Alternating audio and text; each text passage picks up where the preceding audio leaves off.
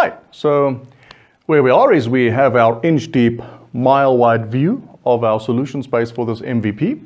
And we now need to go figure where we need to go. We want to go paint by numbers without any numbers. So let's start. And what we basically do is we had all those actors and roles, and we had the different features associated to each. And what we do now is we take another area on the wall in our workshop, and we put the following kind of Boston matrix onto it. We have two axes, and the one axis is risk, and the other one is value. Risk and value. So very low risk going up to very high risk, and very low value going up to very high value. Now let's talk about how these areas on this Boston matrix compare to each other. So this area here, right over here at the origin, would be very low risk and very low value. So what I call it is it's the who cares corner. So we're not really sure if it's required for this solution, but if it is required, it's really easy. So we're not worried about it. It's not something we're going to be stressing about. And failure is not going to occur over here. So this is the who cares corner. And over here, it's all the way to the right, so it's high value, and all the way to the bottom, so it's low risk. So high value, low risk. This is the happy days corner. It's absolutely critical to this solution, and not only that, it's really easy. So great, again, happy days, no problems here. Well, looking at the high risk areas, over here we have very high risk and very low value. It's almost like Nike, you know, the Nike slogan, but just slightly different. It's just don't do it, okay? So why would you want to go and do this? It scares us, really scary stuff. We don't know how to do it, but not only that, we don't think that we need it. So why would we go and do something over here? You know, we'd have to think really, really hard before we want to go and venture here. And over here, I call this, excuse my French, it's the corner, damn. Why? Because it's features that are absolutely critical to us being able to achieve this goal, be able to take this MVP out into the marketplace, the solution out into the marketplace successfully. But not only are these features absolutely critical, crucial, they also scare us the most. So if there's an area that we should worry about, it's this area, and that's why I call it the area, because this is the area that we should be concerned about. So what we need to do is we basically need to take all of these features we identified in our inch-deep, mile-wide view and plot them onto this type of Boston matrix. And that'll give us a good lay of the land about how this space is looking and what we should probably do next. So how we start is we get our product management folks together, the folks that understand the customer segments and the need and so forth, that have been investigating the problem space and that problem statement and starting to think about what the solution might be. And we ask them to take these features and to first of all put them onto this axis over here. So what that means is we're not going to talk now about risk. We're only going to talk about relative value. Now this is something we do often.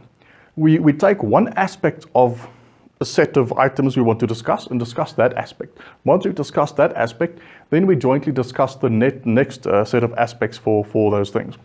Because the human brain, it's sometimes difficult to take all things into account at the same time. It's especially difficult if a group of people in a large room are wanting to discuss a set of things together. So we're first going to start with relative value. Now, relative value is always an interesting thing, so where should we start? Well, relative to what? Now, the way we're going to do it is it's going to be relative value compared to each other. So we take a first feature, and what I normally do is I go, starting from the left all the way to the right, I just take the sticky note along like this and go, someone tell me to stop.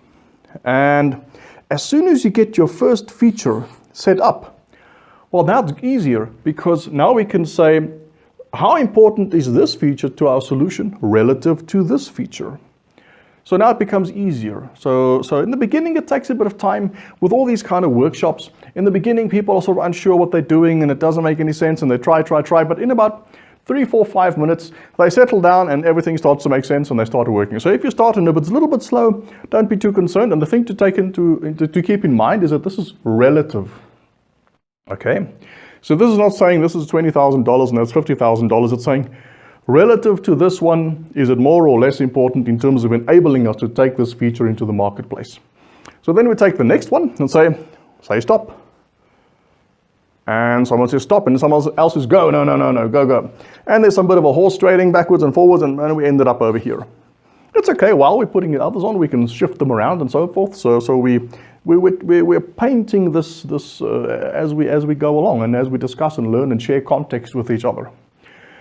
Now, often when I work with organizations that are not particularly used to tackling MVPs and solution spaces in a risk-orientated way, they tend to, and in incremental risk-orientated way, they tend to think process. And what often happens is someone says something like, well, to do this, we actually, you need a profile. And to have, well, you must be logged in. And to be logged in, you must have a profile. And to have a profile, you must have registered. So if someone isn't registered, none of this can happen. So registration must be our most critical and valuable feature. Really? I know very few platforms who are an incredible success because of their fantastic registration process. I don't recall ever, contacting one of my friends and saying, hey, you must check out this platform. The registration is fantastic. Well, no. It's normally some other feature here that is the core of enabling this solution in the marketplace. So this is not about process sequence. It's not about process sequence at all. It's about how key is this feature to enabling the entire solution we're trying to put out there into the marketplace. And that's how we compare these features to each other. So we don't have to care that this one depends on that one or so forth at this point in time. We're just trying to identify how the relative criticality of this functionality, this capability or whatever it may be, to enable the solution to go into the marketplace. And again, there's some horse trading, and folks reasonably quickly, sometimes it takes an hour or so, settle on the sequence of these the features. Now, while this is happening, the rest of your organization is paying close attention. And the folks that are paying close attention are typically the solution type folks, the engineering, the technology, and compliance perhaps, and customer service, various folks who are going to be part of making this work in the real world. And they are listening, and they're getting context about why certain things are valued more by the product management, whoever it may be, in terms of thinking about what is important, what we're trying to solve for the customer here, what is a core value we're trying to deliver here. Okay, so they're getting good context while this all is happening, a lot of information and knowledge exchange. So when we're done with this part, now we bring the next group to bear, the next angle to bear on this solution space, and that is, what is the relative risk of these features compared to each other? And as we saw before, it's a combination of business risk, effort, and complexity, really. How scared are we of this thing for various reasons?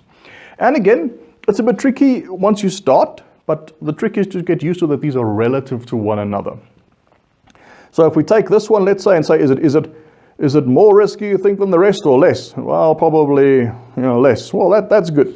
As soon as we have it there, now we have a reference point, and we can discuss about how the other ones compare in terms of risk relative to this one. And again, it's a combination of various kinds of risk that are discussed at this point.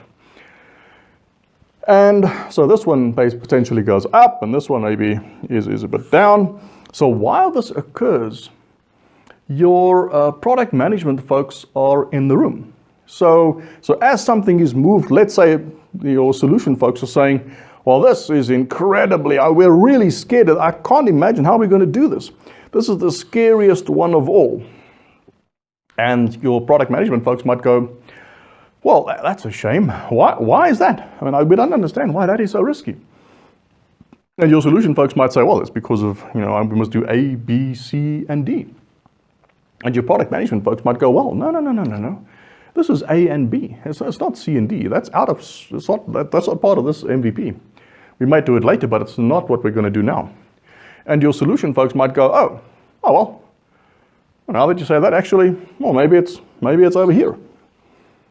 Or the response might be from your product management folks, well, it is A, B, and C, and D, and that's really difficult, is it? It's scary? Oh, horrible. This is why, and we've never done something like this before. No one has ever done something like this before. Very concerning. Okay, and the response from product management might then be, well, now that we understand the inherent risk of this feature, we may actually want to move it down.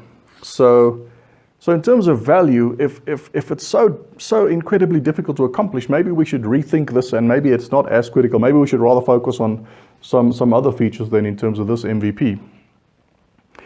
Or the response might be from your product management, oh, that's sad to hear, because even though this thing is the scariest thing on this entire wall, it's the crux. And if we don't have it, we may as well back up and go home. So this thing stays right there, okay? And this conversation continues. We keep moving things, and one must be careful to if you're talking about risk, you must move things up and down, not this way, because then we're giving a comment about multiple things at the same time. So we first discuss this axis and the risk axis, and then we discuss the value axis, and always one at a time to be clear about what we're saying. But together, we're basically building up a shared view of the lay of the land. This is what our feature space looks like in terms of risk and value. Now, there will be folks in your business who might have been quite keen on these features for some reason. And they're starting to feel a bit antsy because they know that these features are sitting in the just don't do it corner. Things that are very scary to us and very low value. So they're starting to get antsy. And I was in a workshop once, which was a bit of an uncomfortable situation. It was planning the launch of a mobile operator.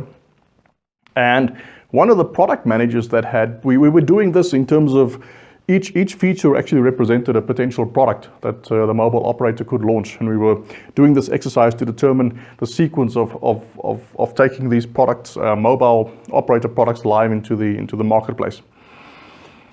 And one of the product managers there was a chap in charge of something called campus networks. And campus networks basically means that if there's something like a university or something, that they would have base stations on there provided by this mobile operator. And because it's on the same sort of campus, the mobile operator would offer them a discount because it's on cells within their campus. But this mobile operator was new, and it was going to piggyback on the networks of other mobile operators. And so the room was basically saying, well, gosh, this is not going to happen. We're not going to do this. It's extremely difficult because we can't control pricing on a network that we don't own. So incredibly difficult to do and very little value. And this product manager, who had just started 2 weeks ago, realized in this workshop that actually the product that he was appointed for was not going to be launched within the next 2 years. Certainly not. So it ended well. He was moved onto a different product group, but it just shows you that this kind of exercise is very efficient and effective in quickly understanding a problem space together. So once we built this up, let's go to the next page. Once we built this up, we now have to start asking some serious questions about these things. So if we have this, I have our risk value matrix. And here is our feature space that we put together jointly. And these things are suspect. And in other situations, the folks responsible for these features would go, well, we can't not do them. They're important. Just the fact that they're not maybe valuable now is they still need to be done. And this is where I like to use a technique. And it's very simple to use. You just create another area on your wall, and you call that MVP2 or release 2 or whatever you want to call it, but it's not part of our first release. And the next question then becomes of the group, what could we possibly remove from here and still have a successful launch in terms of what our MVP definition is? And then there's horse trading again. Well, we don't need this one. It comes off, and we don't care where we put it yet because we're not interested in risk and value at this one yet. We just know that it's not here. So for now, we just put everything in the middle here. And this one doesn't go, and this one doesn't go, and this one is not part of it, and this one is not part of it, and this one is not part of it. And what you end up with is moving away from this one, what you end up with then is, or what remains then basically is your first MVP. This is becoming a really good agreed view between the best brains you have available about what our first MVP probably looks like. And whatever is here is going to be MVP 2 or 3 or whatever the case may be. It's not part of the first one. So this is a critical stage to have arrived at. And not only do we have a good joint view of our first MVP now, we also have our angle of attack. Our angle of attack is all the way from the top right to the bottom left. So why is it from the top right to the bottom left? Shouldn't we go for the low-hanging fruit? Shouldn't we do this? Not really, because we've defined a minimal viable product. And that means that all of these features are required if we are going to be able to take this solution into the marketplace.